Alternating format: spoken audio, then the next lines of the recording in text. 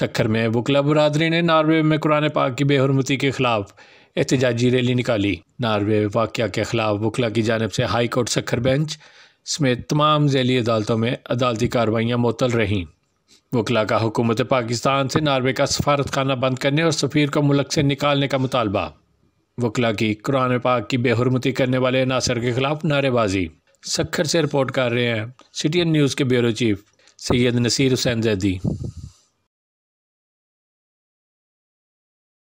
कुरान पाक की बेहुरमती करने वाले थे, कुरान पाक की बेहुरमती करने वाले थे नॉर्वे गवर्नमेंट थे कानून, नॉर्वे जो सफारत कानून, नॉर्वे जो सफारत कानून, नॉर्वे जो सफारत कानून, नॉर्वे जो सफारत कानून, नॉर्वे जो सफारत कानून, नॉर्वे गवर्नमेंट थे।